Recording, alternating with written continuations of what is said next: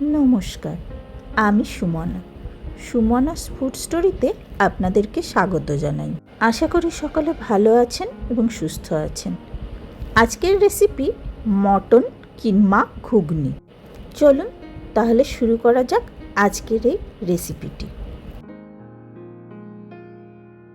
এবার এখানে একটা মশলার পেস্ট বানিয়ে নেব। তার জন্য আমি কিছুটা আদা কুচি, পেঁয়াজ কুচি, শুকনো লঙ্কা দুটো, চাইলে এখানে আপনি কাঁচা লঙ্কাও দিতে পারেন আপনার ঝাল অনুযায়ী, এবং রসুন দিয়ে একটা পেস্ট করে নিতে পারেন। আমার রসুন আগের থেকে পেস্ট করা আছে বলে আমি এখানে আর আলাদা করে রসুন পেস্ট করলাম না। এবার দেখুন মিক্সিতে পেস্টটা করে নিয়েছি, এটা একদম স্মুথ পেস্ট হবে। এবার আমি এটা ঢাকনা দিয়ে একটা সাইডে রেখে দিলাম।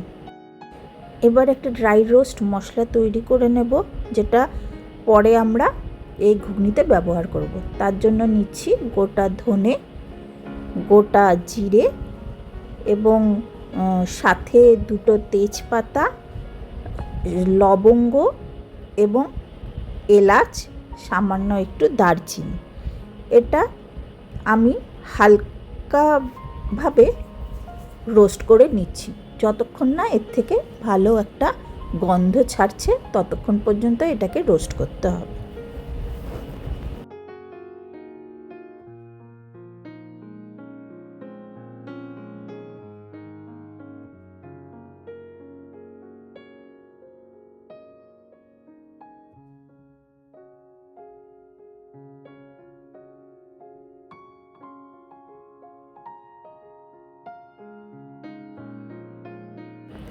এবার আমি একটা প্রেসার কুকার নিয়েছি।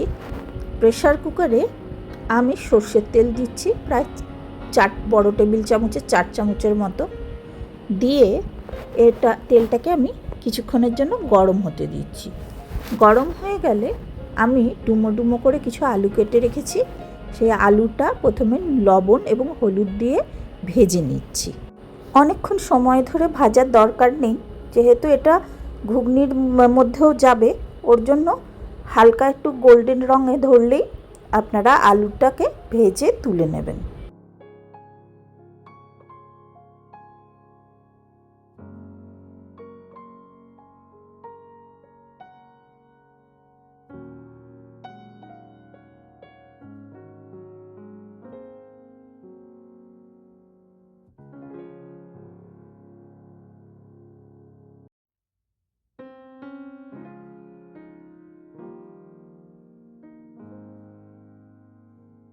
আলু ভেজে তুলে নিয়েছি।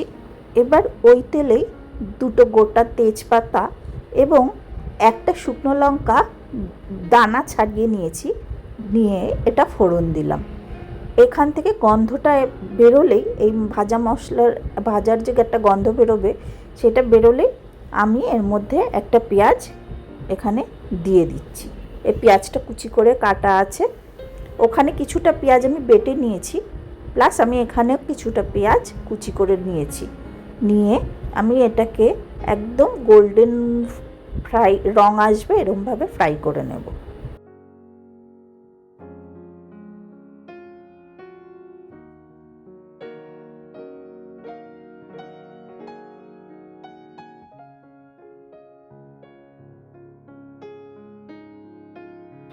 পেঁয়াজটা একটু সময় নিয়ে ভাজতে হবে, যতক্ষণ না গোল্ডেন কালার আসছে ততক্ষণ পেঁয়াজটা ভালোভাবে ভেজে নেবেন। আমি এই জায়গায় একটা ক্লিপিংস নিতে ভুলে গেছি, যখন ওই পেস্টটা করেছিলাম ওই পেস্টটা তারপরে আমি এই ভাজা পেঁয়াজের সাথে মিশিয়ে দিয়েছি, দিয়ে ভালোভাবে এই মশলাটাকে সাঁতলে নিচ্ছি। এই মশলা সাঁতলানোটা একটু সময় নিয়ে সাঁতলাতে হবে। আমি এরপরে আমার কাছে যেহেতু রসুন বাটা ছিল, আমি আলাদা করে এই রসুন বাটাটা এখানে অ্যাড করলাম। আপনারা যদি মিক্সিতে আগেই পেস্ট করে নেন তাহলে আর দরকার। মশলাটা কিছুক্ষণ ভেজে নেওয়ার পরে আমি এর মধ্যে কুচি করে রাখা টমেটোগুলো এর মধ্যে দিয়ে দিচ্ছি মশলাটার সাথে, যাতে ভালোভাবে মিশে যায়। সাথে কিছুটা লবণও দিয়ে দিচ্ছি। টমেটো পেঁয়াজের মধ্যে লবণ পড়লে খুব তাড়াতাড়ি টমেটোটা গলে যাবে, সুতরাং ওই জন্য আমি ভালোভাবে টমেটোটাকে মিশিয়ে নিচ্ছি এবং লো সিমে করে ঢেকে দিয়ে আমি এটা কিছুক্ষণ হতে দেব টমেটোটা গলার জন্য।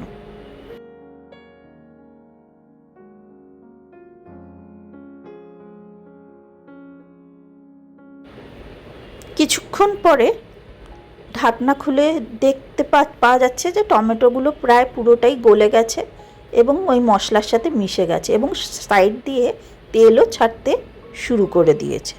এবার এটাকে একটু ভালোভাবে মিশিয়ে নিচ্ছি। মিশিয়ে নেওয়ার পরে আমি একটা গুঁড়ো মশলার পেস্ট তৈরি করে রেখেছি। এখানে আমি জিরে গুঁড়ো, কাশ্মীরি লঙ্কার গুঁড়ো এবং হলুদ দিয়ে এবং সামান্য একটু চিনি দিয়ে একটা মশলার পেস্টটা বানিয়ে রেখেছিলাম। এবার এই মশলার পেস্টটাই এই পেঁয়াজ এবং টমেটোর মধ্যে দিয়ে দিলাম। দিয়ে এবার বেশ কিছুক্ষণ ধরে এই মশলাটার সাথে সাঁতলাতে হবে।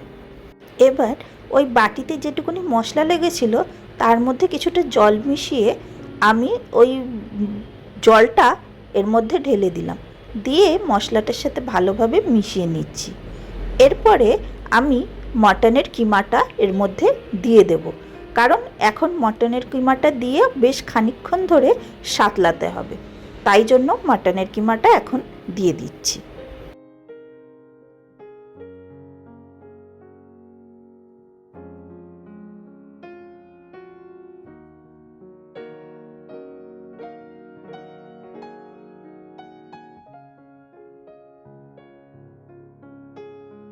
মশলার সাথে ভালোভাবে মিশিয়ে নিয়ে এইবার একটা ঢাকা দিয়ে এবং গ্যাসের ফ্লেমটা স্লোতে করে দিয়ে বেশ কিছুক্ষণ সময় ধরে এটাকে কষাতে হবে। বেশ কিছুক্ষণ টাইম কষানোর পরে দেখুন এই মটন থেকে এবং যেহেতু পেঁয়াজ টমেটো আছে তার থেকে কতটা জল বেরিয়েছে। এই জলেই স্লো কুকিংয়ের মাধ্যমে এই মাটনটা অনেকটাই প্রায় সেদ্ধ হয়ে আসবে। এরপরে আমি মটরটা ভিজিয়ে রেখেছিলাম প্রায় 4 থেকে 5 ঘন্টা আগে। আমি মটরটাকে আর আলাদা করে সিদ্ধ করিনি। এবার প্রেসার কুকারে এই মটরটা আমি দিয়ে মাটনের সাথে ভালোভাবে এটাকে মিশিয়ে নিচ্ছি।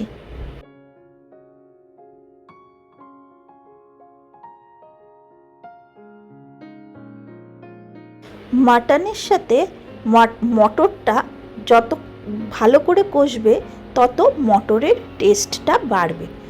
এই সময় আমার মনে হয়েছিল যে সামান্য হলুদ এবং কাশ্মীরি লঙ্কার গুঁড়োর প্রয়োজন আছে, তাই জন্য আমি এর মধ্যে এটা অ্যাডজাস্ট করে নিলাম।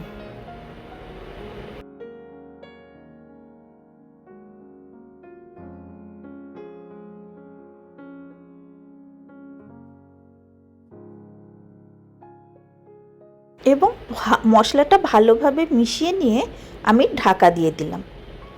এটা আবার সিমে রেখে দেব এবং বেশ কিছুক্ষণ পর সিম খুলে আবার দেখুন আবার কত জল বেরিয়েছে এবং মটরটাও অনেকটাই প্রায় সেদ্ধ হয়ে আসছে।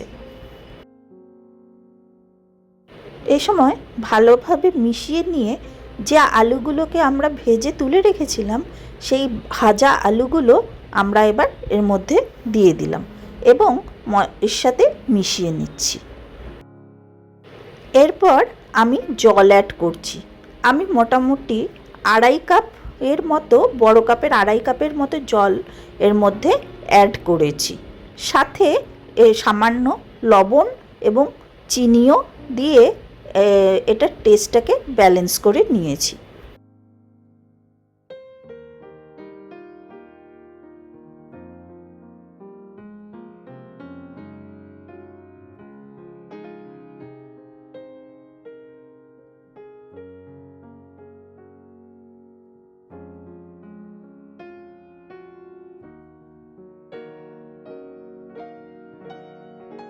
এরপর নুন মিষ্টি দেখে নেওয়ার পরে আমি এবার প্রেসারের ঢাকনাটা ঢেকে মিডিয়াম ফ্লেমে প্রায় 20 মিনিট হতে দিয়েছি।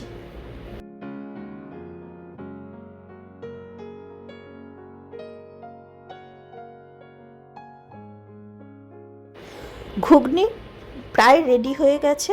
যেহেতু আমার ওখানে জায়গায় কম হচ্ছিল তাই আমি জায়গাটা একটু বড় নিয়েছি। এবং এর মধ্যে আমি একটুখানি ব্ল্যাক সল্ট অ্যাড করে দিয়েছি। এতে টেস্টটা একটু অন্যরকম আসে এবং বেশ ভালো লাগে। এবং আমরা যে ড্রাই রোস্ট করে মশলাটা গুঁড়ো করে নিয়েছিলাম সেটা এখানে এই সময় দিয়ে দিলাম। এতে ঘুগনির টেস্টটাও আরও চেঞ্জ হয়ে যাবে। আমি এই ড্রাই রোস্ট করা মশলাটা গ্যাসের ফ্লেম অফ করে তারপরে দিয়েছি। তারপরে গ্যাস ঢাকনা দিয়ে স্ট্যান্ডিং টাইমে বেশ কিছুক্ষণ রেখে দিয়েছি। নিন, তৈরি হয়ে গেল আজকে মাটন কিমা ঘুগনি। লুচি, ব্রেড, পরোটা সব কিছুর সাথেই চলতে পারে। ধন্যবাদ। চ্যানেলটির সাথে থাকবেন, পাশে থাকবেন এবং নতুন নতুন ভিডিওর জন্য চ্যানেলটি সাবস্ক্রাইব করবেন।